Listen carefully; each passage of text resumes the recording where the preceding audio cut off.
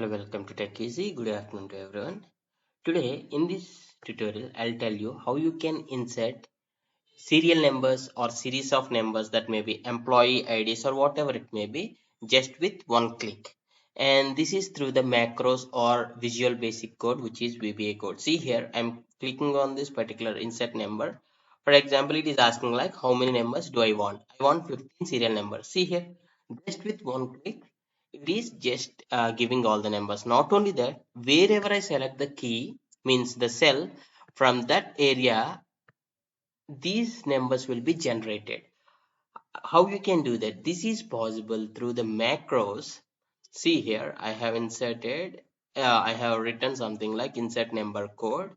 This is very simple, just a one single for loop, that's it. I will try to explain each and every word in this within 5 minutes. What you need to do is just, if you have time, you can just spare 5 minutes so that you'll get all this code. Yeah, now you may ask that writing serial numbers on the Excel sheet is pretty easy. Like most of us do something like we write one letter, we scroll down and we click on fill series. This is okay, but what if you want to write like 1,000 numbers? If this is the case, you can just give something like here 1,000 or 10,000. Just with one click, no scrolling, no selecting, nothing. It directly gives 1,000 numbers just within one click. Not only this, another advantage is if you take a new sheet, here also it is useful. Throughout your Excel usage, it is useful. Not only that, there is one more advantage. For example, your employee IDs are starting with a specific number, maybe 4,000. So what you can do is just by giving 4,000 as the starting number, something like this here in the code. So for example, this is the employee ID column. And from here, if you want to print 4001 and 4002, something like up to 10 employees. When you click on OK, see here. Yeah, not only this, if you want to leave one row for each value, you can do that. This is all because of this code. For example, if I just remove these comments here, see here, the output will be really different. See, yeah, 10 is okay. See, for each and every data value, there is an empty row. So all this is through possible through this VBA code. So I'm getting into how you can write this code. Very simple. You need to click on this developer on your Excel sheet. Then click on this Visual Basic and insert. Click on a new module so that a new sheet will be open for you.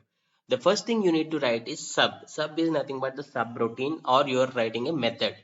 Subroutine and the subroutine name. See here, I gave it as insert number and opening and closing the parenthesis. So whatever you give the name here, that will be appearing here, okay, in this area as a button, okay. Next, going to the second step, you need to declare the variables. I declared two variables, selected row and selected column number, as integers. This is because, see, wherever I am choosing the particular cell, from there I'm getting the values. So this particular cell is the selected column and this is the selected row. So I need to get those details. That's the reason I declared two, selected row and selected column, and I is for the for loop to loop, and difference is, as I said, no, if there is requirement something like we need to leave one row, in this case the difference is useful. For now I keep it in the comment section. So yeah, difference is 0 means yeah, a difference is 0, leave it like that. Selected row is equal to selection dot row, because selection dot row is the predefined, okay. You need to just write something like selection dot row. So this value will be something like, wherever you select a particular cell, this 4 will be written. If you select this one, this 4 will be written and J will be written, okay, in the selected column. So you need to write something like selection dot row, selection dot column, and yeah, for loop for I equal to 1 and up to how many numbers. For this how many numbers, I am taking the input box. Input box in the sense, see, for example, When I'm clicking this macro, this pop-up is appearing, right? This is taking the input from the user. To take the input from the user in VBA code, we use something like input box. So in input box, you can write whatever it may be. How many numbers do you want? I wrote like this in the parentheses. If you give something like how many numbers, this will be displayed. And this is the number input in the sense the just it's a name of the dialog box.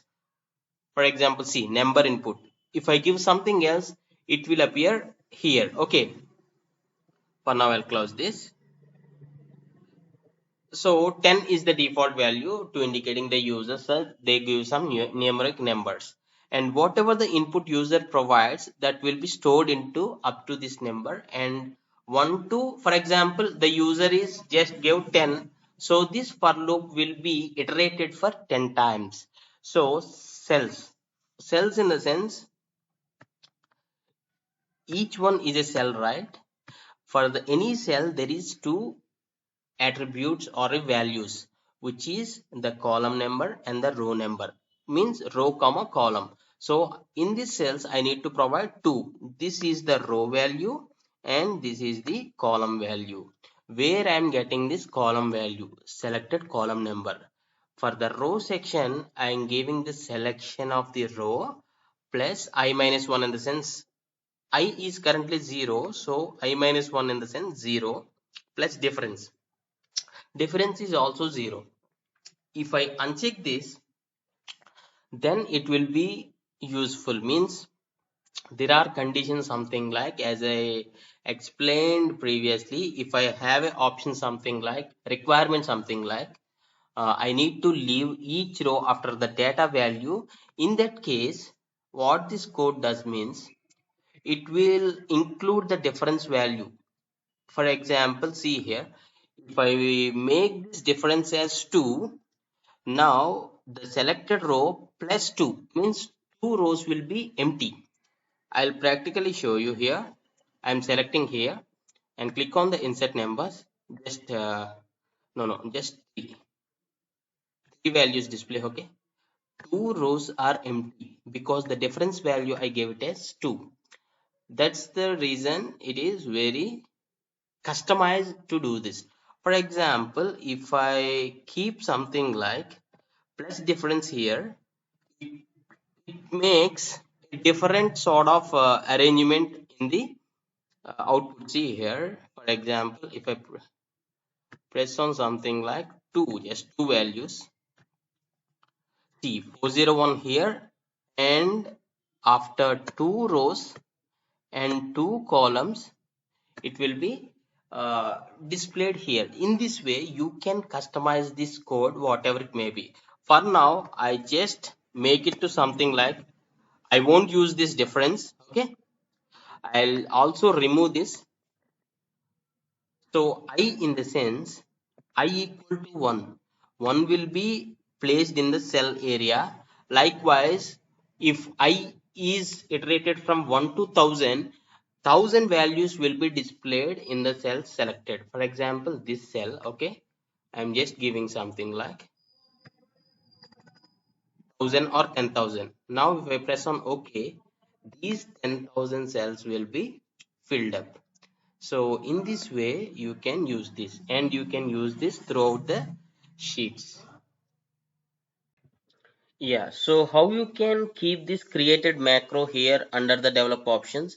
It is pretty simple. You can click on the file here, then click on the options, then you can click on this customize ribbon, and here filter the macros so that all the written macros will be shown up here. See, under developer, first you need to click on new group so that a new group will be created, and here you can rename it with something like your own scripts or something like that, whatever it may be.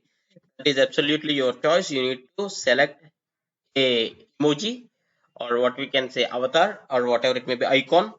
Then you can click on that particular insert number and click on this add so that it gets added. When you click on OK, that gets displayed here. See here, own scripts and this button number. So yeah, this is how you can keep. So what I'll do is I'll just leave this entire Visual Basic code in the description. And if you have any questions, or if you have any ideas, or if you have any other requirements you want through using this VBA code, Visual Basic code, you can ask in the comments, so that and for the next tutorial video I'll try to do that. And if you like this video, please do hit a like, and thanks for watching. Have a nice day.